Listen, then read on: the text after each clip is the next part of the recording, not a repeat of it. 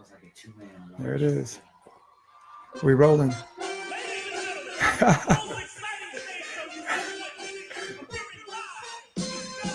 Now you go to me. And go to Dougie Fresh.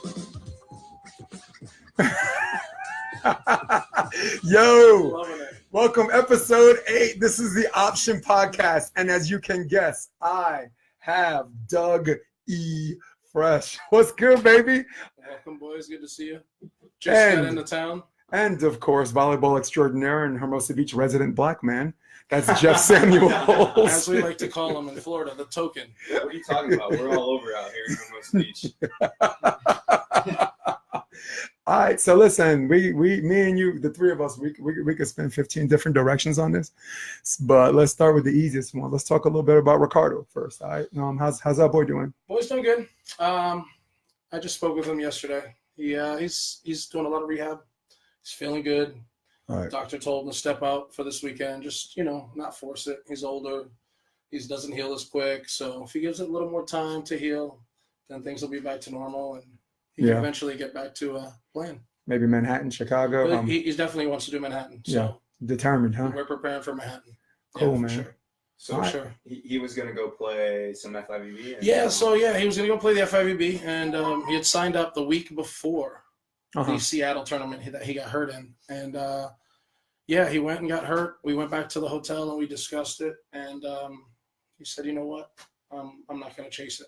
And he just made a decision and called his partner Guto and said, listen, we're just going to, not be able to do this. And, he went to Brazil and got therapy. I mean, everything was lined up for him. He had an entry, a major entry in all 4 tournaments. Wow. But that would be hard to turn down. Oh, shit, I got to turn. Speaking of turn down, my bad, guys. Yeah, it was an opportunity, to chase another Olympic medal. Yeah. And unfortunately he got hurt and, it wasn't a dream. He was doing it to help Guto. Got it. Yeah. Just like with the whole, I don't know if you guys know the story about Alvaro and Allison. Alvaro, yeah. Yeah. Allison called him Ricardo and he was training in Florida with Alvaro. And he said, who do I play with? And he said, this guy's groomed, ready to go. Pick him up, take him, and look what they are. Yeah. So Yeah. he has so much power in the Brazilian volleyball community. So, Jay, do me a favor. Can you tag my name on this somehow so people know what's up? Just grab my phone for a sec. So here's the thing.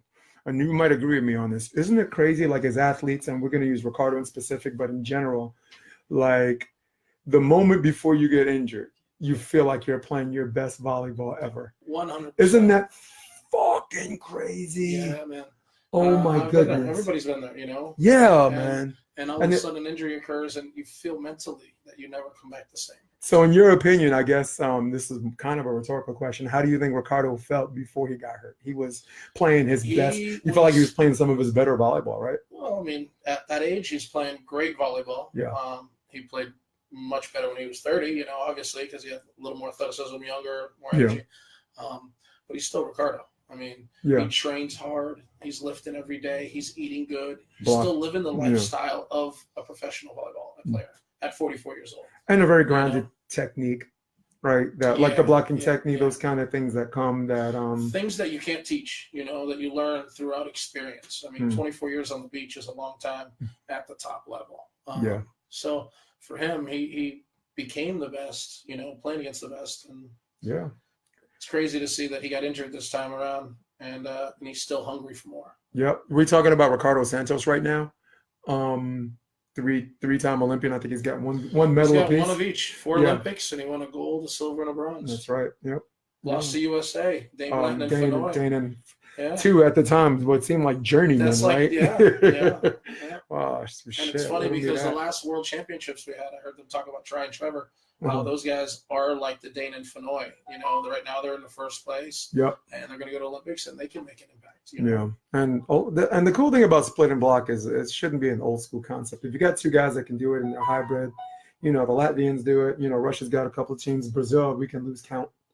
On how many people do that. And but the cool thing about what you said about some things like the training and the discipline doesn't go away. But I would also suggest there's certain techniques like the blocking technique, passing, setting, like fundamentally, there's some things if you have before, that kind of stays with you. Absolutely. Like you ever play like an indoor, even after 2 years out of the game, you know? Like you ever play indoor player in a game of sand, right? And then they're like, "Oh, I'm not used to this. I'm indoor," and you're looking at them. It's like probably because you just suck indoor.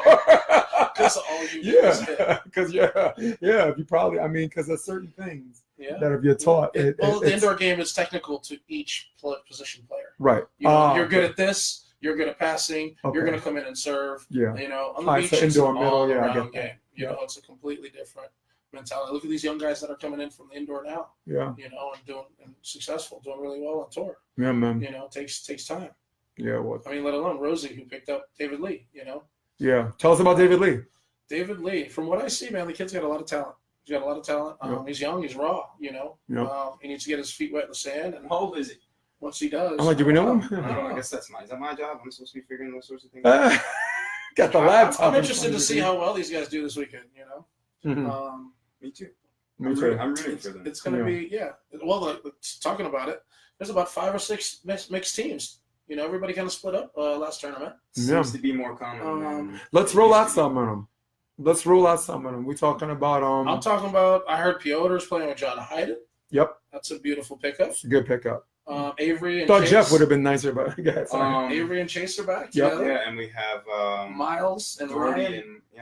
Ryan Doherty. Avatar and Evans. Yep. Yeah. Sarah Hughes playing with Bustamante as the 1 seed in the qualifier. Yeah. What about that? Why didn't she get in? Because she had more points than the bottom seeds. But do you have to have a point to get into the major? I honestly thought she had enough points for her and her. She does. I looked it up. If you look it up right now, no. There were probably some wild cards. There were, but I think her points still surpassed the 14th seed, the 13th seed. But her partner had no points. Is that because you need to have at least a point to be in the major? I don't know. We're gonna have to look at that. You know, I was trying to figure that out. Yeah. It's really weird. She has 1682, I think. When I look last. Then that gets you, and that should get you in. And that should get you in. That should get you the 8 seed. Yeah, at least the top 10. With everybody gone to Vienna early, right? With no Phil, no Nick, no Ross. On the girls' side, you got nobody. Yeah. No Ross, no you got Kelly and Betsy Sarah. and Emily as a 1 seed. Yeah. Yeah, that's it. Yeah.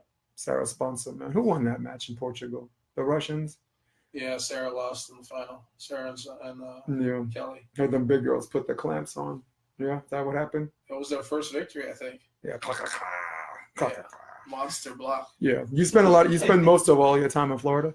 Yeah. I do a lot of I live in Florida. I spend most of my time there. I go to Brazil a little bit. Okay. Yeah, and on the road, sometimes with travel business that I own. Yeah, man. Yeah, taking people on guided adventures and living the dream. Yeah, man. It is living the dream, man. It took me 3 years to understand what the hell that meant, but I'm on board. I'm good. I'm good now. I'm healed. It's funny. I understand. I was watching a podcast yesterday, and I almost wore my Red Sox hat for you today. That would have been cool.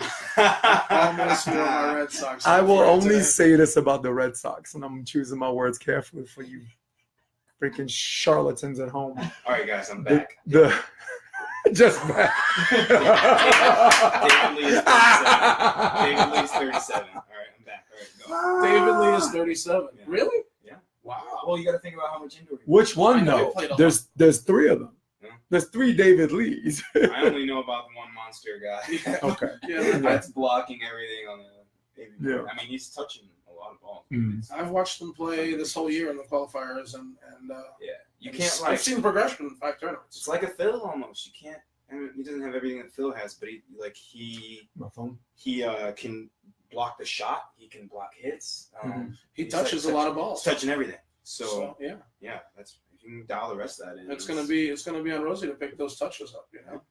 I like that. Jeff Schitzel said, "What's up, Dougie?" Schitzel, what's up, man. Schitzel? How you doing, buddy? Good to hear from you. My Republican Space Ranger. We love that dude. Back in NYC. Yep. Yeah, I used to play beach fours with him. The tournament at Lake George. Yes. Like first week of August. It was me, him. I played a few tournaments with him back in the day. Flacco. It was fun, man. People in Buffalo a little bit unruly, man. Just we just steered away from Boston. Isn't that cool? No, but all I wanted to say was the team they had in 2018. How you gonna mess with that? That was like the best. That team comes once every 20 years. That was like the 98 Yankees. Our 2004 team that won it for the first time. Yeah. I'm sorry, 2001 they won it the first time. No, 2004. Was it 4? Yeah, they were down. Yankees had them 3-0. Remember that? Yeah, Yankees had them 3-0. Yeah, and we came back.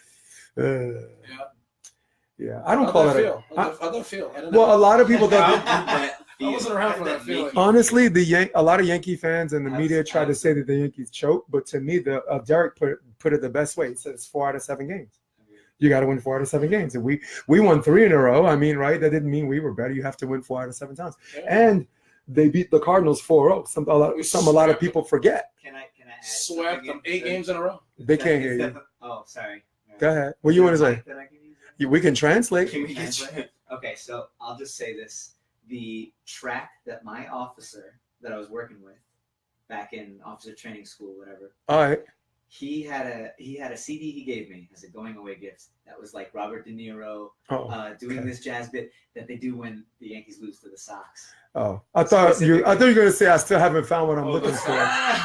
Because when the Yankees were up 3-0, they were playing U2 and I still haven't found. You know, and the pitching staff was just like it was going to happen all over again. So they won 2004, 2007, 2011.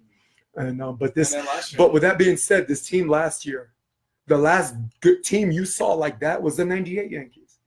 That team beat the Yankees. First of all, they beat the Yankees. The Yankees won 100 games this year, so people forget that. Yeah. The Yankees are good. And then they beat the Astros, who were the defending champions, and they beat the Dodgers. That is a legit powerhouse. Poor LA, man. They've been to 2 World Series in a row and weren't able to close the deal with probably the best team both times. The good coaching, good team. I don't feel sorry for them. They're looking for sympathy. Look in the dictionaries between shit and syphilis. I'm good. I don't feel sorry for LA. You know what I mean? My girl's gonna be an LA fan. I'm a Red Sox fan, die hard. So I mean, I feel bad that teams work so hard as an athlete. But that was my point. That's a team you got to respect. Yeah. That wasn't just a Red Sox team. That's just a team. Whoever's standing on the tracks, you feel bad for them, but not really. If you're a fan of the Red Sox, no. I'm a Tom Brady fan. I'm not a Patriots fan, but I'm a little gay for Tom Brady. Really? Yeah, man. He said really. That's surprising. Yeah. There's something to be said about a pretty boy. I appreciate his determination, his greatness, everything he's done for the sport, and who he is as a person. He's a humble athlete. There ain't many of those left. So, Jeff, you press help me fix it, and it'll do that. Oh. Click on help me fix it. Oh, all right. And it'll go back in. There's something to be said about a pretty boy that gets hit in the mouth and gets up and I'm like a man. Yeah, and like oh God. Oh, she's a smoke show. Let's not get started on She's a smoke show. Who? Giselle, the wife, man. Yeah. I have a little bunch of good-looking kids. Carl, I see you on social media. What's up, buddy? What's up, Carl? What's good, baby? Carl, boy, back in Austin, Yeah.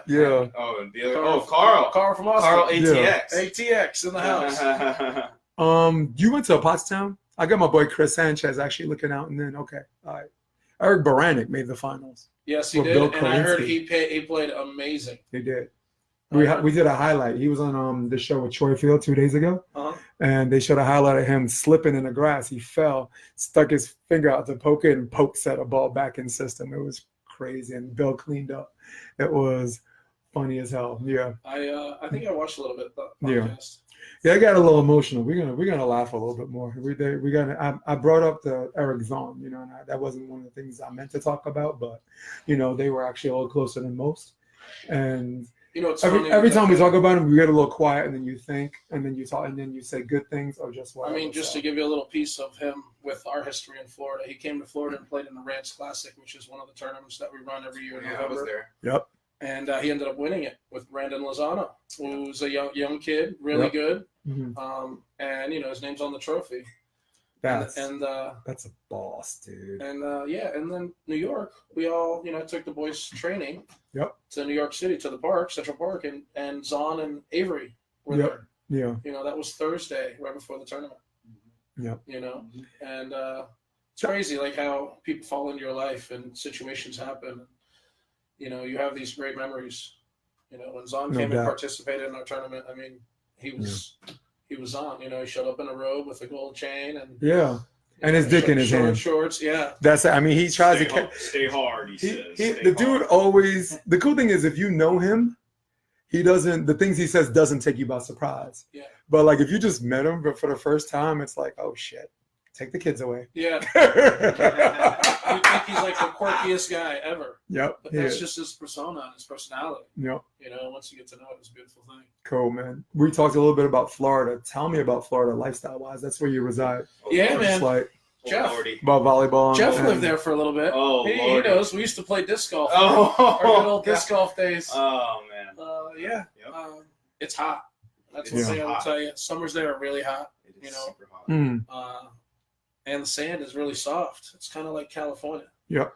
Everywhere you go to play on the East Coast, at least, it's like Hermosa. A little bit of a pack. It's a little bit packing. It's unbearably hot there. It's hard to even train and like. It is. Dude, you gotta like not train at the beach. You do all that to not train at the beach. No one trains at the beach in Florida. Yeah. Well, in South. In South Florida. South Florida. Yes. Yeah. Even summertime, it's hot in Orlando. You know, like you're in the middle of the damn country or state, and but like no water. My understanding lifestyle, you could like just drive up to the beach, pull a car up there, boom, get out, sand, umbrella. So right. You don't got to do all the like paying for parking and all that stuff. For the most part, I mean, it's a little bit easier in that aspect. Over there, the communities are a little bit smaller on the beach, I would say. Fort Lauderdale's huge, but like Deerfield Beach, where I've lived and Jeff lived, it's a small little community. Everybody knows one another. There's parking. You know, little spots you can park for free. Yep. You know, there's the garage for the tourists, but you know where you're parking because you ride your motorcycle, your scooter, your bike. You park at your friend's house and walk over, you know? It's definitely more of a community. Here, you don't go play volleyball pretty much unless you know a group that you're going to play with. In Florida, you can just pull up and play, and you pretty much see the same people every day, you know? So it's a little bit more of a community, like you're saying. Yeah. BVNE, is this volleyball or baseball? BVNE is Duran Forbes. That's my boss. Oh, I know. She's also with Endless Summer, and she's like she want to talk about some volleyball. That's our boss, right? We both coach for her. This as you've seen in this absolute group of teenage assassons. We got 4 girls going to SC. We got 2 Long Beach State, 1 Arizona. It's just that's awesome, killing it, dude. Awesome. Yep. Oh my God. It's beautiful to see the game growing, you know, and everybody coming together to kind of create this old mentality of volleyball that we used to have. It's kind of crazy that volleyball's changed over the years. Do we co-sign that making it an NCAA sport had something to do with it? Of course. Like its club size. Of course. In the last 5 years, 6 years? Yeah. I mean, James even Barker for like guys like myself being able to coach more now that all these girls are trying to get scholarships to go play beach or just to get into school and play beach volleyball, it's huge for players because now they get to stay around the game more and do a job that's not like, you know, going to an office job or whatever. Like you can literally go make a little bit of money coaching. And so it was huge for the game in that aspect, not even like playing wise, just like some people who need to stay around the game can now go coach because you got the kids now. So. I'm going to interrupt you for a second. I would like for us, because I promise I'll just shut up more and let y'all talk, but I would like to see when these clubs recruit these good players, I'd like to see some, I know club is about reps. I'd like to see some real coaching. Right now you got these, I'm about to talk about the wheel and you can chime in. Anytime you know what I'm talking about, just you can finish it for me. I'm just going to listen. I'll give you an example. Guy plays for a D1 college, right? Plays really well, right? He graduates. Hey, come coach with us at NB server, this or that. He gets to coach this place where they recruit the best players. And then someday he might consider coaching college. They look at his resume. Wow, you coach this club, and all of these players are going to these elite schools. And I'm like, you didn't look at a resume. That's the wheel. That's officers to officers, enlisted men to enlisted men. Yes. So it's like they're grooming all of these people for these coaching positions because they have experience coaching in programs that are already existing. Not just existing, just the players are like some of these kids and some of these matches, my cat can coach them. You know, I don't even have a cat. What am I saying? Well, that's what I'm saying. There's so many kids now that everybody can be a coach. Jump in right now. You know what I'm saying? Uh-huh. You go down to the beach here sometimes in Hermosa, let's say. I did the other day. And I go down there and everybody's a player and everybody's a coach now. Because the growth of the sport in the last 5 to 6 years through the NCAA, through the FIVB, through the AVP, everybody's starting to get a little more involved in the game. They're starting to see it on TV. 10 years ago, we didn't have that. We didn't have NBC. No. You know, there was like a little 6 to 8 year span where volleyball really was nothing. It was maybe more, maybe 10 years. The biggest franchise is bankrupt twice, right? So, and they're back with a vengeance. I really love what's going on with Amazon Prime and Amazon live Prime's streaming doing a great job. All they need is a commentator for court 1 or 2. I'm there. Yo, come on. Tell me we can't do that in our spare time. What?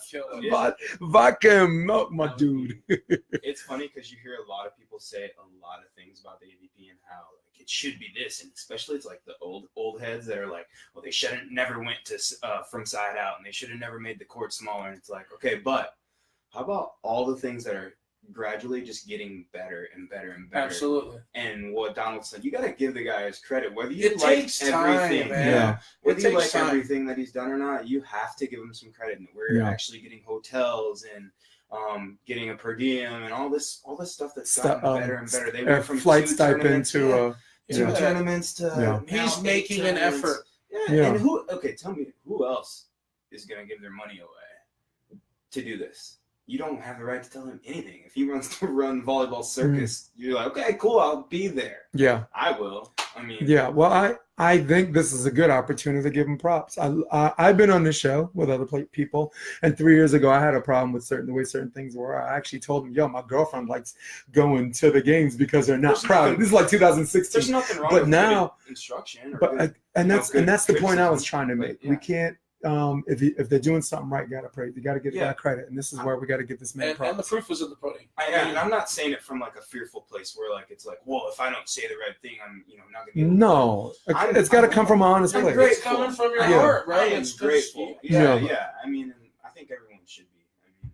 I love what he's doing. I love what he's done the last few years, and the atmosphere he's creating at events. You know, New York wasn't New York wasn't New York like a party. First of all, it was a hero's welcome to me. I'm born there, so and then I came back for the first time. I came back and it was business. It wasn't personal. What about that site?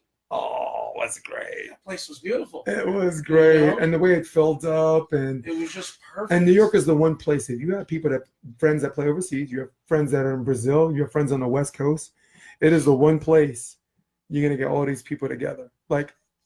That doesn't happen at Huntington Beach, with respect. Hermosa Beach, you're gonna have a huge SoCal, like whatever, and maybe some people from Hawaii and this and that. I mean, but really New York is just here. People aren't really like. I don't think they're trying. I mean, that's the difference between the remote tournaments rather than the SoCal tournaments. Because like Chicago, you get everyone from the Midwest. That's the other one, right? Ohio. That's the other one. Michigan, you get everybody. But like, people are like, I'm not going to Huntington to watch volleyball, and they live in the South Bay. And I'm like, what are we even talking about? It's like 45 minutes away. And that was some of the problems I have with people criticizing P14 40, which we could talk about on another podcast another time. You got this company that's like 1 year old, right? And the people that criticize Huntington Beach, I'm like, well, did you go? And they're like, well, no, I just heard about it. I'm like, fuck off. Come on. It's to quote the great Barack Obama, have we made mistakes? Of course we have. That's what happens when you try things. You try things, you're gonna fail, I know you might want to talk about it on another podcast, but something huge just happened I sent it to you earlier today. And what's the news? Well, I can't read, right? Tell everybody what it is. Is it because you're old and your eyesight's going, or you just can't read? Both. Sorry, Jason told me his age today. Listen, he put it on my phone. Look at these fingers. First of all, I can't even type on my phone. Look at the camera. Look at these hands. These are blockers' hands. Okay. I have a 6'8" wingspan and mush you hands. So you send you send me right. So you send me something on my phone and this tiny thing that says tap to preview, and I tap it, and the size of the box is the same size I'm tapping. I'm like, what? But you can make it bigger. I'm old, man. I didn't know that either. All right, you're right. So anyway, what's the news? Yes, they just got like a huge backer for. I mean, not only just financially, like this lady, silent investor. Yeah. A lady with a lot of capital, and the most important thing, she has a lot of business knowledge. And I mean, you have to go read the article about it. I don't know, like everything that just came out, but it seems pretty promising. And would you see it on Facebook? It popped up on my newsfeed. Popped on ESPN actually. Really? On their website, Yeah, like, and if they're reporting, like and you know that new streaming service. Like we watch a lot of UFC or whatever, and the streaming service is so freaking versatile, man. What if they do that for volleyball? The same way Amazon Prime is doing it for AVP. That would be amazing. international players. And imagine the growth our sport would have in 10 years. The lady is like especially particularly in the women. She's the largest venture capitalist, female venture capitalist, like $540 million woman. So oh my goodness! They found a good one. Yeah, man. But like I said, I think her experiences and her knowledge are like what you're looking. Obviously, you need someone with cash, but the experiences and the knowledge that she has. Dougie, they all just U.S. domestic pro beach. From what I've read, it's been profitable since 1998. Jim McNamee. Way to take it back. Oh, that probably was the last year. I was thinking maybe 78. 98. But you look at the BVBs, and anyone had like a 6-figure salary, and those were the boom periods. Listen, back in the day when you were in the top 50, you were making a living in volleyball. Yes. Yeah. You were making a living in volleyball. Yeah, because the purse wasn't like $500,000 wasn't the purse. That was first prize. You know, $100,000. Players were making $300,000, $400,000 a year. Purified water, boys, courtesy of Chris Sanchez. Yo, California's about this hard water, so you know what? I did something about that, Doug. That's right. Use the Brita filter. Yeah. Yes, I changed my filtration system. The whole house is soft water, and the kitchen sink is purified water. You have like a silo in your garage. Yep. Yeah. You do. I got a 2-year-old, man. If I gotta sit there and chip green shit off of my faucet, do you want your 2-year-old drinking that? No, absolutely not. Come on. That's just. How's it weather in Florida?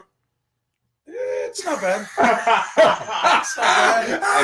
Well, we've had a lot of damage to the pipes there, the sewers, the last few months. Actually, Fort Lauderdale had a sinkhole. Yeah. And the water's contaminated. No, last week in Fort Lauderdale, the whole city of Fort Lauderdale. Are we really talking about water right now, guys? Nope. Yeah. Like, I got from Flint, Michigan. Yeah. You're gonna ask my dude how the water is in. Look at Chris. He's like, I brought this special just for you. Just for y'all. Is that unleaded or is that diesel? Fresh water or unleaded? What is the New Yorker brings us purified water. Chris Sanchez, you rock. I'm That's funny. Keep tagging you every time. Phil the Jew, what's up, buddy? Phil the Jew. There he is. Hi, Jeff. Phil the Jew. Yeah, what's up, Phil? Filthy Phil. Jeff and Doug. Well, damn. Since that's all you see here, can't say hi to me, right? Them two, we all right. Nah, I'm playing. Good. Big up, Phil, man. I love you. I want to throw a volleyball tournament in the city of Flint or somewhere around there right after Chicago. And I'm like trying to desperately make this happen. Yep. I want like so have you chased more like an expedition. I just started working on it like this week. So okay. But if anybody out there that wants to do a charity volleyball event, let me know. In Michigan. Yeah. So there's we're gonna import the water, but other than that, we'll be good. I think we have bottled water at the stores. Okay. But yeah, I won't make you drink the faucet water. Do you remember that commercial, that Miller commercial, where they bottled water? They're like they bottled water and they put it in the Miller bottles as a rescue mission or whatever. And they said they took the Miller bottles and put water in it. And the guy was like, well, honestly, I could have used the beer. Could have just brought the beer. My house is floating in the fucking water. I could have, but that's a whole different story. 3 very important things I want to cover because time flies and we're having fun, and I want to make sure we get and we're gonna be all over the place talking fun stuff. But 3 important things. 1, I want to go over the difference between coach and pros, the strong personalities and coaching like club and this and that, because you've done all of that. Jeff, we've been talking about this for a little please, bit.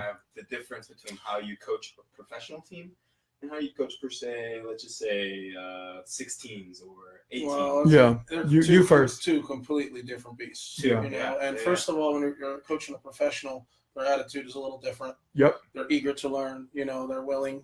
They're open. Yep. It's like when I work with Ricardo and Rosie, those guys are Olympians. I don't have to tell them anything. No, yeah. You just have more so most of my thing is in-game things, in-game technicalities that we see, what you can change, what's working, what's not working, what they're doing. Those are the things that I use and when I'm coaching those guys. Yep. When you're coaching kids, the biggest difference is you've got to work with their attitude. Exactly. It's more it's more about the why. It's more emotional. It's more emotional when you're dealing with kids. And there's a lot more feelings involved. When you're dealing with professionals, they want to be there. There's a big difference. Yep. They want to be there, so they're going to work hard to make it work. Yep. Those kids are getting their parents paying for them to be there, where it's fun because their friends are in the club and they want to play volleyball because they're there, you know. Yeah. But when it's coaching pros, man, it's really, I mean, now you're talking about pros to qualifier teams. There's a little difference there. There's there. levels to that too, yeah. There's levels to that. And the FIVB and the world teams, that right, they don't sit in the box. All of their preparation has to be. Everything is computer before the games, you know. I'm all about that. Looking at film. Yeah. Thank you, John Mayer, wherever you are out there, man. You know, because I was more of an indoor analytics person, and he just. I checked out the thing that the forms he made that you told me about. Yeah. He showed them to me. They were pull charts and stuff like that. Yeah. Jeff, jump in on this whole coaching thing, because we talked about it off camera. If you were assuming you were finished, my bad. Yeah. Absolutely. I just think that when you're coaching a professional team, there's, like he said, there's more so like perspective things that you see from the outside looking in, where the pros already know. You say, hey, you're not, getting over fast enough when you're blocked, and they've already trained that aspect before, and they can turn that on or turn that up or whatever they need to do. A high school team or someone trying to get in, like, you almost have to like really break things down a little bit more. You don't necessarily just have a certain cue that you say, well, like, they're beating us on this. So all you have to do is say that to a pro team, and they'll go, oh, well, I need to do A, B, and C to negate that. No doubt. The high school team or the, going into college team, you got to be like, okay, they're doing this, so you have to do A, B, or C in these situations. Oh, great. Yeah. And that, like, that's the funny thing, like you're saying, the professional athlete can adjust and adapt to those things. Yeah. When you're coaching kids, they can lose a set, and now their emotions and their feelings are down because they lost. And now you're trying to coach them, and they're like, why is he getting on top of me? Like, it's my fault. The emotions and the feelings start getting involved. Yeah. When you're dealing with an athlete who wants to be there and a professional, it's a lot easier. Yeah. It's more professional, less personal. Absolutely. Less personal, less emotion. I think the thing that's helped me, because I coach NCAA for 13 years, and I've actually played professionally, so I've been experimenting, because we can look at scientific studies that prove this and prove that, but honestly, the studies, the real scientific studies, are us. Multiple years of coaching and this and that. So with that, I had to say that first before I say what I want to say next. The way I used to coach pros is I would tell them kind of like what the other team's doing. I'll be like, for example, if I'm playing, I don't know, who's a good wrist away hitter on the right side? Kevin, let's just use Kevin McCullough. Yeah. I'm like, you got Kevin looking this way, likes to do this. And that's all I need to say to a pro, because the professional already knows how, unless he asks me, so how do you want to go? How do we want to go about this? Then I'll tell him. But most of the time I tell them this, that's the language, that's that. And they're like, okay, I could do this, or I could do that. So now you have this dialogue that's worth the fucking, 1 minute timeout, Absolutely. And Jeff, when I was working with Jeff, I was only charting. I wasn't coaching per se, but sometimes the best thing to say is absolutely nothing. Sometimes you just need a timeout to break the momentum. Well, yeah, I think like when it comes to a pro too, like especially the higher you go, they already really know how to adapt.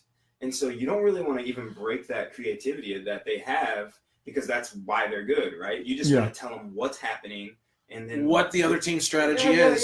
Yeah. What the other team's strategy is, what they're focusing on, and what you can do to change that. And then they'll fix it. And it's a game of battles, from each side. He's gonna be a good coach someday. Yeah, you already have the voice where you bring everything eye level, where you're just eye to eye and talking to someone like a man and a player.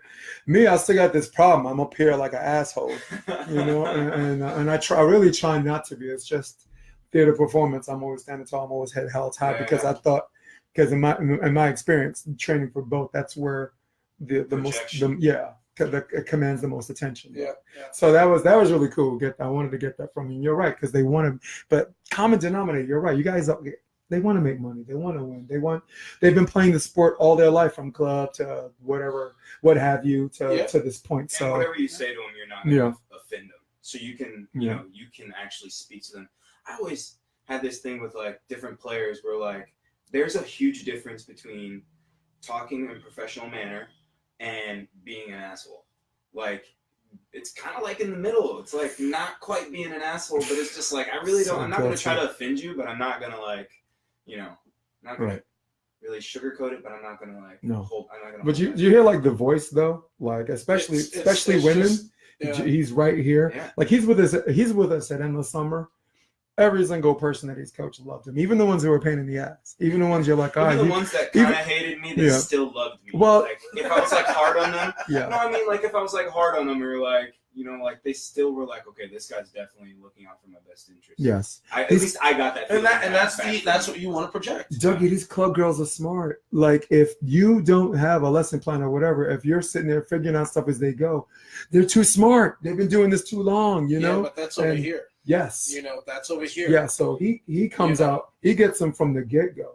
And that's cool. And the most toughest challenge are the girls who are already committed, because sometimes you get so good so fast, you kind of think you got it all figured out. Yeah, but you got to have 6 committed girls too. You know, it's not just 1 or 2 making a team. Yep. It's what we got 8 knuckleheads, right? More than a team effort. You know, like you need 6, 8 girls that are committed to that.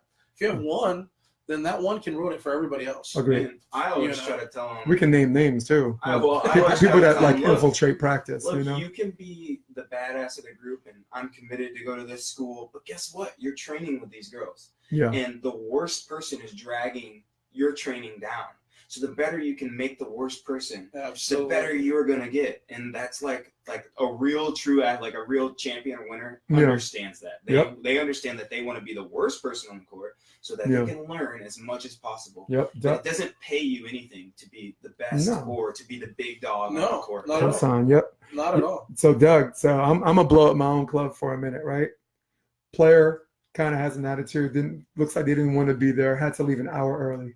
Not naming names, but it's going to be fun. As soon as she left, she was the best player on the court. As soon as she left, practice picked up. So I'm busting out Endless Summer, one of my girls right now, because she knows who she is. You know. Oh, so your business, because you're doing you're going to be working with different athletes from different sports. You were conversating with me a little bit about that. Yeah. So I mean, I got a partner who I opened a management firm with. What we're gonna do is we're gonna try to bring volleyball back to what it used to be in the 90s. So we're attracting a lot of sponsors in to try to help support the athletes and hopefully come on board with AVP. Right now we're in the process of negotiating a few contracts, so we got a couple things lined up. But yeah, then we're gonna chase the athletes down so we can sponsor some athletes. Of course, Ricardo being one of my guys who I work with. Nishimura, sorry, go ahead. Nishimura, yeah. Brandon, my bad. So. Yeah, it's still in the works. We launched the business. We've got the name, Rockstar Promotions and Management. You can check us out next week on the website. It'll be up. Everything will be running. I actually came to Hermosa to talk to a few people about, the opportunity, and nice. We're gonna try to grow the game, man. Try to bring money back to it, So hell yeah. So these guys for these elite athletes who are putting in the money and the time. Yeah, man. It's so. We don't have the Anheuser-Busch's like we used to have, and the Double Eagle distributors, the big brands, the big beer companies on tour anymore. Used to. How about that? $1 million contracts, and it was a good time. It used to be a party. Somebody help me with this shit again. It's paused.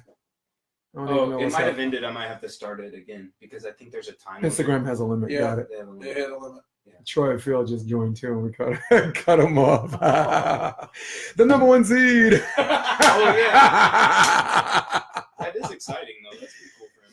Isn't it great for him? That's awesome. And I'll tell you what, those guys are probably my most improved team this year. Field and the Hitman for Hire. That's our nickname. What'd you call him? The Hitman for Hire. That's what I call Tim Baumgren. Taylor Crabb needed a partner last year for Austin. No problem. You're in the finals. Kim Shark needed a partner for Chicago. No problem. Where's the money? You're hired. We're in the finals. Yes. Tim Baumgren played with Troy Field, semis, and finals. Yeah. I lost to Phil and Nick. He beat us twice. I have here the entry list with points. We were going to ladies. Wait. Go back up to the top. Actually, you have the brackets too. We're going to do a pool on the 8 winners, but we're going to do that. We were looking at how Syracuse has. Yeah, that's what I was wondering. Her partner has no points.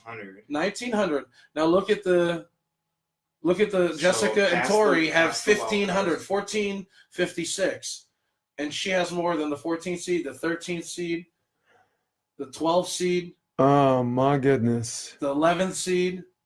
Do you think it's because she registered last minute? No, it's because her partner has. It might be because her partner has 0 points. That's what I'm thinking. I've never actually seen anybody up that high with 0 points. So How about last year? How about Jeremy Casper playing with Eric Fanu-Moana? Eric Fanu-Moana had 0 points. They got a wild card. Oh. Yeah, they got a wild card. Okay, that explains. Okay, well, I guess it depends on how late it all happened, but why wouldn't? No, because they wouldn't someone in the quali's not going to be happy. Signed up late. No, but I'm saying, unless like how late was the exit? Because like you can withdraw even though it's closed. You can't sign up late, but your partner can say, "Oh, I can't play. I hurt myself. Blah, I can't play," and then they will they'll let you pick someone else. Right. So you think she just put that name in there? But normally they put you in. They'll put the exchange. They'll just switch it. So you get, like, say for instance, you took my place. You get my points. Force majeure. Who did it? Who did it? Jorge Martinez did it 2 years ago. He did, and in Hermosa Beach. And he got in the main It was draw. Ian Satterfield. Brick backed out, yes. Right? And Jorge played with Satterfield. Who had lost in the qualifier, actually. Yeah. And so I don't know what this is. We'll have to, I didn't know that 2 years ago. Expert opinion. Yeah. And who else used to? Your boy Kevin did it a couple times or something like that. And people he's my boy. Yeah, he's my boy. I love the guy, but I'm pretty sure that happened. Someone call him out. Well, someone else was complaining about it, so I don't know. No, that's all right. But I want to know what's going on with that. I want to find out the. Yeah, you want to? We're definitely going back to that because we're going to pick our 8 winners, our 8 qualifiers. We're doing like a little pool here. Oh yeah. We're going to pick at the end. We're going to pick the 8 people that are going to make it for the men. Carly Wopat and Tracy Callahan. Oh no, isn't that crazy? They split up too, huh? Yeah. Callahan played with Salgado earlier on. Yeah, and Salgado's now playing with Brittany. I remember Cassie had to play them in New York. Yeah. They actually won that 2-0 and then lost the next one. I'm like, left me scratching my head, but I'm like, okay, what else? So we were getting somewhere with the entertainment thing because I wanted to talk because all of us are MMA fans. Oh, Jesus. So what? Jon Jones? Jon Jones. OJ? The old OJ just got caught Donald Trump tap. The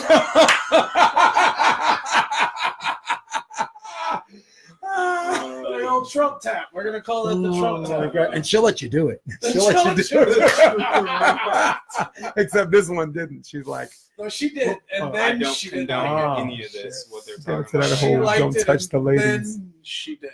Listen, kids listening to this is when y'all turn the channel. Basically, for those of you that don't know, mixed martial arts star, one of the guys who's touted to be the greatest mixed martial artist of all time, Jon Jones. I mean, his only loss was a disqualification, which, by the way, was his most dominant performance against an elite wrestler, Matt Hamill. Right, Matt Hamill. That's his name.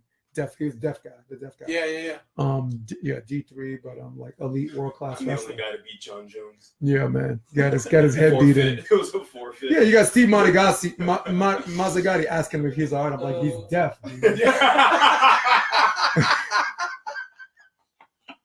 Are you all right? Can you hear me? Can you give me a thumbs up?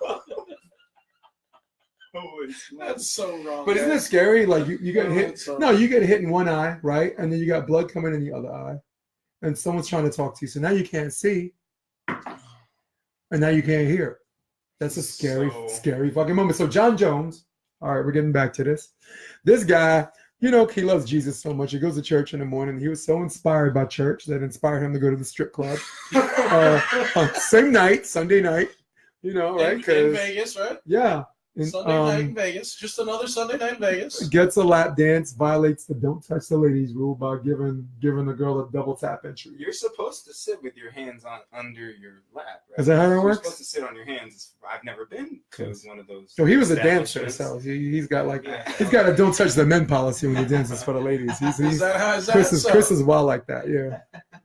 Not telling me your last name, Chris. I ain't trying to mess with your life out here, okay? Here, say it into the just call him Chris. Say it into the mic. Chris the Dancing Bear.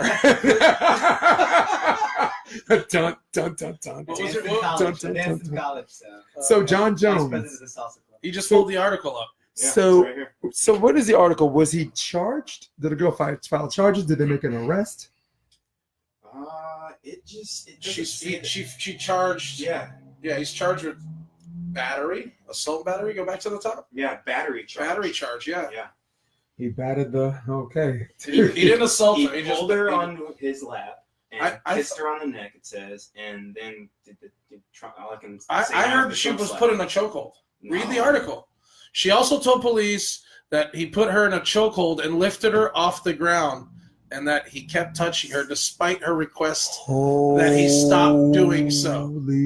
I was telling you guys this earlier.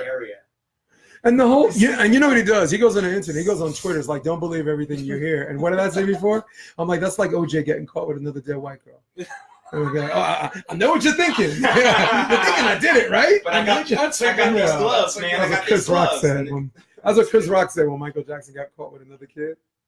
Remember, like 2004. He's like Michael got caught with another kid. He's like, it was at his house, Adventureland or whatever. Yep. Oh, Wonderland. But Wonderland. So Michael and Jon Jones are different because Michael, we love Michael so much. Like Chris Rock said, we let the first kid slide. He said we was going to Little Bow Wow's house, Mr. Jackson. But tell me you think it was Groundhog Day when you saw that stuff, man. I mean, first of all, do you remember the last time he hit a pregnant woman, right? And he hit a pregnant a few years ago. Yeah. He 2 years ago. That's right. That's right. He got his title stripped. He hit a pregnant woman. And he got left the scene of the accident. Came back to allegedly get cash. That he left in the car. He left some cash in the car and had to go back. Now here's my question. He's a millionaire. And he goes back to get cash. How much money are we talking about? A suitcase full. So easily $50K, I would say. Yeah. With him, his brother is the nicest guy in the world. Plays for the New England Patriots. Yeah, Chandler Jones used to play for the Patriots, and these are the Cardinals now. And before that, the Ravens. He had two brothers. One played for the Patriots. One played for the Ravens. Yeah, older brothers. Elite athlete. And he was a great football player too. He just wanted to fight. Yeah, man. JUCO, junior college, right in Rochester. You just start. Yeah, but Jon Jones, he's one of those guys where, like, if you hit a girl, get a driver. If you go to a strip joint, I don't even know. What solution do you have for that? Sit on your hands. Yes. Sit on your hands. You have to. I thought that was. I've never been there, but the funny thing is about the whole Jon Jones thing that he didn't show for his bench warrant. I think that's what the story was saying. And no, I thought he paid it. He didn't show up, and then they put a warrant out for him, and then he came in. Then he paid for it and went through the process and paid for it. Yeah. So he just doesn't. So between him starting a fight at the MGM with Daniel Cormier, right? Yeah. In addition to him taking a dick pill at a gas station that made him pop for a test, right? 3 days before he's supposed to fight Daniel Cormier. Yeah. By the way, Anderson Silva came in last minute, which was awesome. One of my favorites. How cool is that this guy? Everybody's like, oh, Anderson Silva lost this match, lost that match. I'm like, dude, he came in and fought at 205 when he's at 185 with 3 days notice against Daniel Cormier, who we all agree is a savage. Yes, a beast, assassin. So who's the savage? The savage is freaking Anderson Silva. If you have to, he's one of my favorite fighters. He's my favorite fighter. Speaking of fighting, did you see that Askew, who just got his ass whooped? Askren. Yeah, Askren. He's about to sign a deal to fight Damian Maia. Yes, but every time I think of Jorge Masvidal, I think of you. Yeah, I don't know why. I just think of you. What would he do if he's an MMA guy? Sorry. Askren is dope. He got bowed right in the nose, dude. Masvidal, that guy is Jorge. Insane. First of all, Askren should have saw it coming because his last match, and he fought Darren Till in England, and the first thing he did, he came out running with a running high knee and kicked him in the nuts. Oh yeah. And then they had to stop the match for a whole minute because Till got a full on knee in the nuts because Askren tried the same move. Oh, and by the way, later on gave Leon Edwards an interview. I don't know if you saw later. Oh my God! After the match, he's getting the interview. He's getting the interview, and then Leon Edwards walks by, mean mugs him, and you don't say nothing. Does it a second time? You should fight me. What's up? You should fight me. And Jorge, he's being interviewed. He's like, I'm sorry. What'd you say? He goes like, What'd you say? Right? And then he walks by a third time, and then Jorge leaves the mic, leaves the interview, and the camera follows him. He has both hands behind his back, right? Like, what'd you say? And then the distance, pop, pop, pop. Gave him really? Gave him he called it later a 3-piece in a soda. I heard that. He called it a 3-piece in a soda. 3-piece in a soda. But like a left, right, and then a left against like pop, pop, pop, and then Leon Edwards is bleeding. So Leon Edwards, who just won last Saturday, he beat RDA. Yeah. Rafael dos Anjos. Yeah. said I won 7 in a row. I should get a title shot over Jorge Masvidal, but I'm like, dude, Jorge won twice that night. He knocked out Till in the cage, and you got that Kentucky Fried 3-piece in a soda. So you know you from the ghetto. You said that, boy. A 3-piece in a soda. Yeah. You didn't give him a side or a biscuit or nothing. He didn't need no sides. He didn't need no sides. He was good. He was good without the sides. That's great. It's right here. Oh, yes. Let's see it. Oh, my God. There's no sound, so for the people watching. Needs to do the sound. Yeah, go on camera for a second. Want to see it?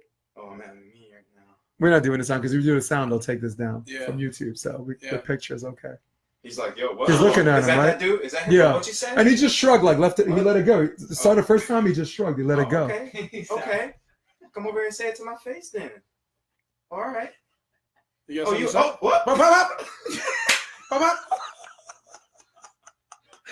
You should see Dougie's face right now. Cameraman, look at Dougie right now. Like, yep, that's a 3-piece in the soda. But you saw in the beginning of the interview, he saw him being heckled and ignored him. And the second time, he just like shrugged. He was being respectful. Yeah. Thanks. But when you're bred to fight and you love to fight, I mean. Yeah. And there's some people that don't play that. Like, right. How about, remember Conor McGregor last year? He likes to talk stuff because 1, it promotes the fight. 2, he backs it up. And 3, he's trying to get you to miss. He's trying to get you angry enough to do something to miss. But every now and then. You run into that one person that doesn't play that. Dude, we could talk about that right now because Khabib, man. Well, no, I mean, first there's Nate Diaz. Diaz, right? Yeah, the Diaz brothers. You can't get in his head because the Diaz brothers, they don't have a head. Yeah. They got nothing up there. But like nothing. Even in volleyball, you get like a lot of guys out here that just want to run their mouths. They want to say things. They'll even say a little something when you're around. But like, they're not really quite like. They're not about that life. Not really, but it's like they're used to nothing happening. So like that's a SoCal thing. And that's why Florida, man, shit talkers are everywhere. I grew up shit talking. I know. I mean, it's a mental thing. When you walk on a court and you mentally walk on a court and know that you're beating the other team by being able to get in their head, you're already in an advantage, right? So when you walk on the court, I'm gonna beat this thing because the mental advantage is there already, and you're just gonna put it down their throat. So that's part of the mentality of talking shit. It's not really to instigate a fight or to talk about your mom or curse her out. If you say it, you mean it because somebody. We all, and that's what I'm saying. Like if you don't, like that's just like. But I think we're just trying to say, like, I grew up in Flatbush, Brooklyn, New York. I'm not about that life, but where I grew up, I know who is and who isn't. So when someone says it, I'm a better person because I'm like all right, he's not about that life. He's just playing. Because I used to be one of those people where I'm like, gotta say, off the court, I'm like, yo, say that again. And then everybody's like, oh, Jay Chill. And I'm like, I didn't get it. I get it now. Like people, like you said, Florida, we got friends and this and that. I still don't get it. If you come to me with some nonsense, I don't know how. I don't know. Well, for you, maybe there's a pecking order. Right, like someone, and he's like, and spidey sense. Like let's use a different word. My nigga sense is just tingling. No, but but you have players that are gonna talk shit to you. But Jeff, no, but it's a difference. It's a difference in talking shit. Yeah. Let me just give you an example. Okay, Go ahead, please. I was playing.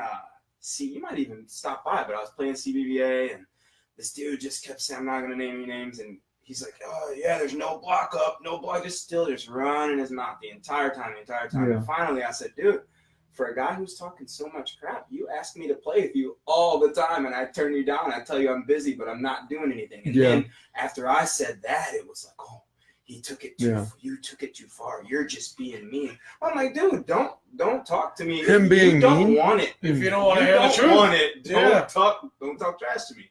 I would have never said anything.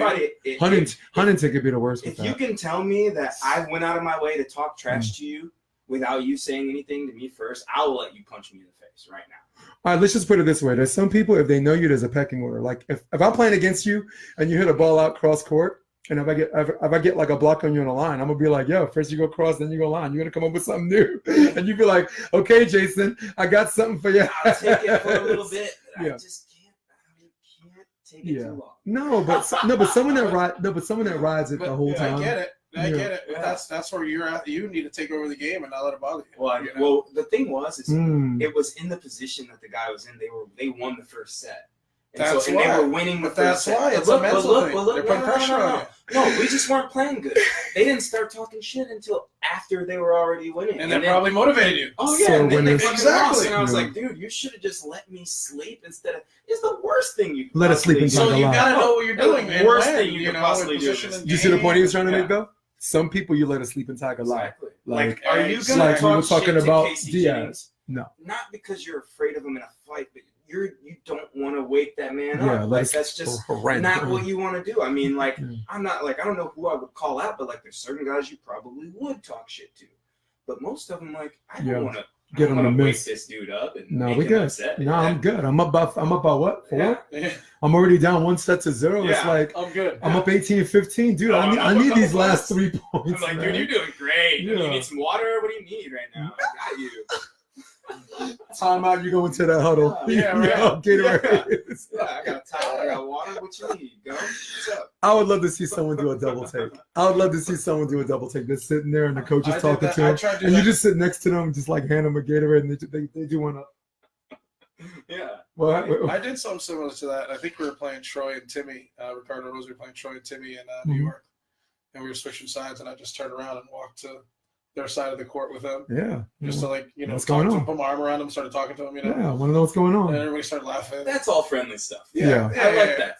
I'm okay with it. And a lot of stuff that I see with, like, Taylor in the finals and, like, he's messing around. Him and Trevor, Yeah, but that also fires them up. It's shit talking, but it's still friendly. It's not like, it's kind of like old school basketball where they were all talking shit, but it was never anything like, yeah, your girlfriend and all that. Like, they never really took it.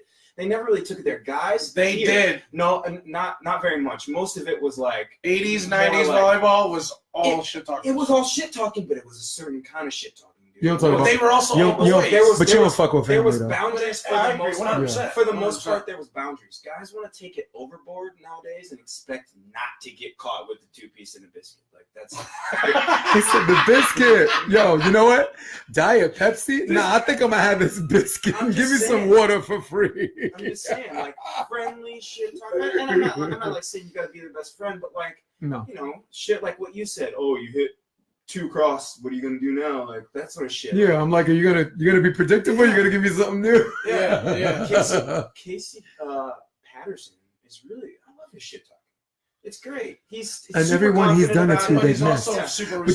But you notice everybody he chatted up, they missed. They started missing points. I remember I got Ty Loomis, San Francisco semis. Talon was doing good. He got a dig or whatever and said something, and Loomis like missed like 3 of the next 4 shots, and I'm like, okay. Well, that Loomis is a fiery type of athlete. You know, he's one of those guys that once you talk shit to him, he's gonna try to pound it harder down your throat. Yep, and that's when you. That's when you make mistakes. Oh my God! That goes for people. Great player. That goes for people in the stands too.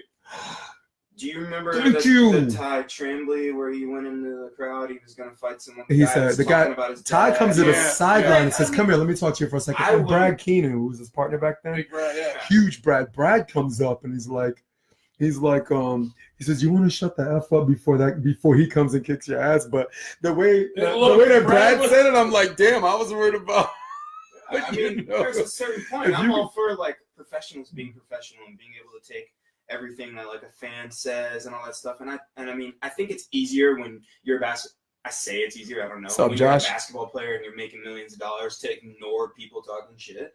But like, you can see that. There's just a point where like Ty Tremblay might be a bigger man than me because I may have wanted to beat the guy. I may have really like went into the stands. I mean, like he's playing tomorrow. Yeah. Oh, Ty is playing. He's playing with Bobby Jacobs. Yeah, he's playing with Bobby Jacobs. Yeah. You want to talk about bracket busters? Like all of these supposed charlatans who think, oh wow, 8 spots, 8 chances to get in the qualifier. You got Bobby Jacobs and Ty Tremblay. Yeah, that's the option. That's the option. We get to do that here. You know, it's a place you go behind those doors and nobody's exempt. I'm gonna get the men's going here. Do me a favor, get the men's bracket going. I want to tell this dude. Tell this dude about John Mayer, the nicest guy in the world, Huntington. Yeah. Somebody was yelling at the ref, female ref. You know the married couple? I forgot that name. Yeah, I know she is. And the husband told me the story. There was a guy who was heckling her. Oh, this girl sucks. I don't know why I let this chick ref. Oh my God, this chick made another bad call. And this is a match John is winning. He's not losing, right? So on the switch off, He stops on the switch off, and I swear to you, this is what this guy told me, and you will never think Jon would do this. Jon says, I don't care who you are. You talk to her like that one more time, I'm going to beat the shit out of you. Good. Little skinny, fucking quiet, mild-mannered Clark Kent turned into Superman Jon Mayer. And I said, if you haven't loved Jon Mayer more than before because of who he is and the type of person, even the type of person you think he is, you're right. Fucking love that dude. That was just a cool story I wanted to share with you that had a lot to do with heckling and whatever. And the husband, the God, I swear to God, I remember your names. I'm gonna remember your names the next podcast. But the husband, the ones that told me that story. Okay, back it up. So we could do a zoom in on this. Let's go to bracket 1. Oh, the bracket is up. Yeah, it's up for women too. You want to do women first since it's smaller? The men has 100 freaking teams in. We might not even make it through that. We just pick. I just want to pick. Scroll through this. First of all, I pick Sarah and Bustamante. They qualify. They're coming in as a 1 seed. They got a bye first round. So, however that bracket works out with them, I'm picking their. Me and my girl, we got a pool, like a little $20 pool.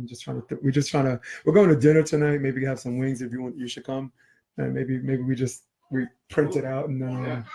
Braxton, what's up, baby? That's my little towhead, Queen Daenerys. What's up, Braxton? Where you at? Okay, I guess she's shy. All right, so what are we looking at here? The women's bracket? Yeah. That is the women's bracket right now. What's up, Kel? I like Hughes and Bustamante as well. Kel, we're wrapping up about 5 minutes. We're still rolling right now, but Braxton, she steals the show if she wants to. We're doing brackets, Kelly. We're gonna do that later tonight at dinner if you want. You can take my money again. She always wins this. So for the 1 seed bracket, I got Sarah Hughes. I got Hughes and Bustamante. Of course. And that's a shame because Presley and Lacey are in that pool. They're in that bracket. Where? Oh, yeah. Who's in that bracket? Yeah. Duran's daughter, program director, Presley. She's like she's 5'3", and Lacey, who's 5'6". She was a starting libero at Penn State. They won the chip twice. Lacey Fuller, redhead chick. So they're playing small ball, and that's the way they play is good enough to get 2 rounds, but they ain't getting past that. Next round, who you got? Let's see.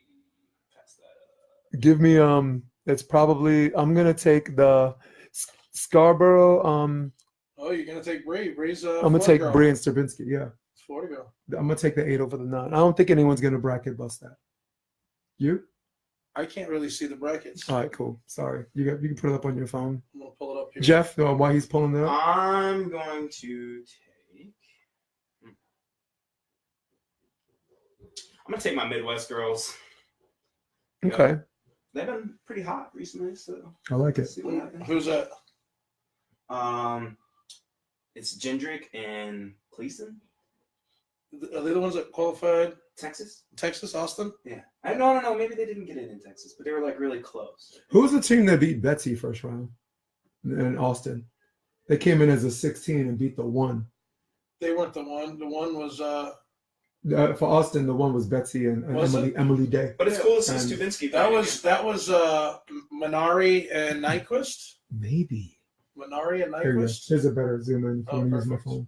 So you see Sarah Hughes. So just scroll down to the 8 and 9 seed. There's another one with the 8. I think the 8 and the 9, and I think the 8 beats the 9 on this one. Damn, we are hour in, boys. That's it. Nah, let's just at least do the women. Then so I got my Florida girls, man. Those girls, I see them probably beating Van Cust and Roland. All right. So who are they? 13 seeds, Hogan and Rice. All right, cool. Let's go to the next one, Jeff. The next one should have the 4.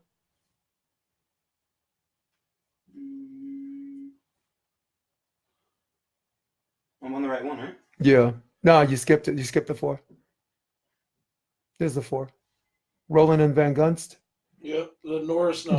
You got Hogan and Rice. Sorry, Jeff. You're right. I got Hogan and Rice. You're going on to the next one. Yep. Let's do it. Let's do the number. Hogan's a sleeper, dude. She really is. She's been training really hard, and Megan. I don't know why she hasn't been playing more AVPs because I see her at everything else. Yep. All right, let's go. She's a sleeper. Cool. We can scroll. She won that P1440 Huntington. Yeah. Yeah. That's what I thought. Callahan, Wolpott. I see them winning. Yeah, that's a beer bracket except for the Wits. You have the twins. Yeah. Right. Number 11, the Turk spinner. Let's go, brother. Let's scroll down more. Cammy Manuel and I call each other brother. Nice. That's Marty's girlfriend. Yep. The Turk and Karoloff are a qualifying machine. Can 11 beat the 6, though? Yeah, I'm going with the Turk and Karoloff on that one.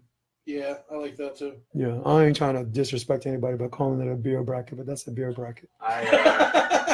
I don't have any comments on this bracket. Stone Cold Steve Austin, you're like, give someone a stunner and have a beer, you know? Hefe has no comments on this bracket. Hefe stays idle. Okay. I gotta stay Switzerland. Sanchez.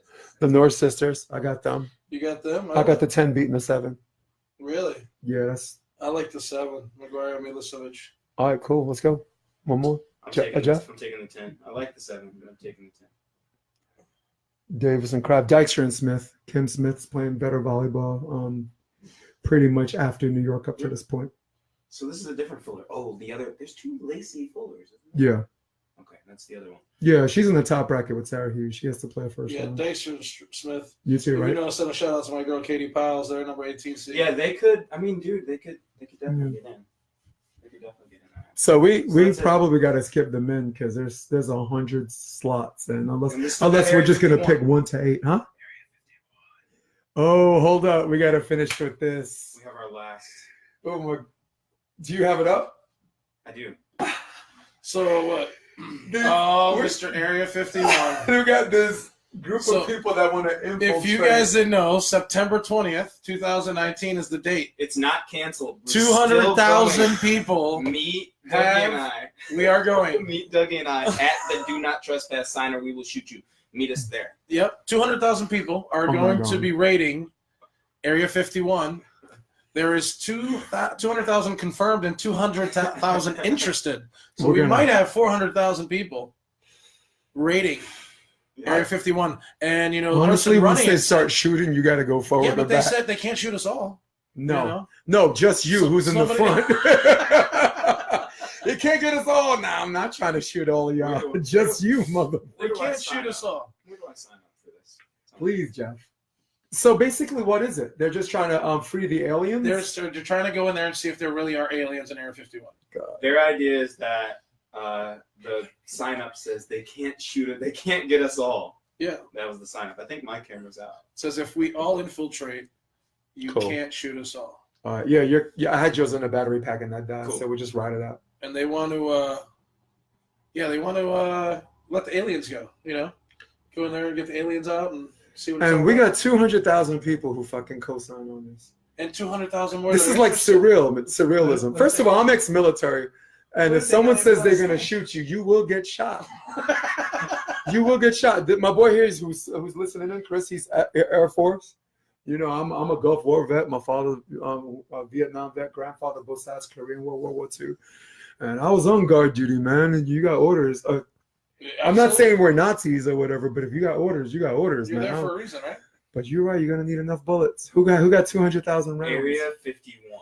And you probably gonna get shot 10 times. You're gonna take 10 of those for the team. I'll be right in front if I go. Photography is prohibited. Use of deadly force is authorized. This is the sign you see entering into area. And we're gonna meet right there. That's where we're meeting, right there. Me and Dougie are gonna meet you. We're going to Area 51. Jeff, that's how we're gonna wrap up. September 20th. that's how we gotta wrap up. Right. Listen, yo, thank you. I wanted to make this happen, and at some point we got to do this again next time. Yeah, we've been talking about it for a few weeks. It seems like the stuff we're talking about are hours.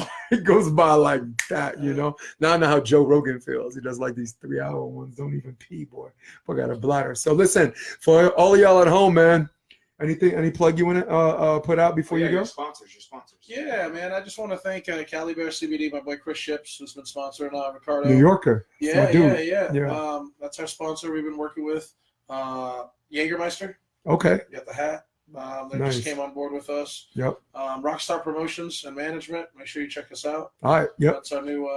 Chris landed already. Chris is, I think, he's playing tomorrow. So I hope he's here. Yeah, he's here. He should be here. He said he was coming. He's playing for sure. I saw him qualify. I tried to get him a partner, so but yeah.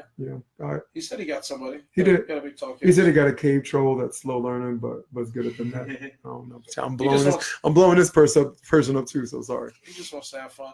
Yep. All right. So cool, man. So all of us, Yes. Thank you for having me, Jeff. Yeah, man. For Jeff Samuels. Always a pleasure. For Dougie Fresh. I am Jason DeBias. We'll see you on the beach tomorrow. Yeah, man. Get out there. Get out there. Let's do our thing. Peace. UFOs are real, guys. I'm out. Meet us there. Area 51, September 20th. Yeah, I'm turning this off, man. Bye. Bye. Area 51. Meet us at the sign. Meet us at the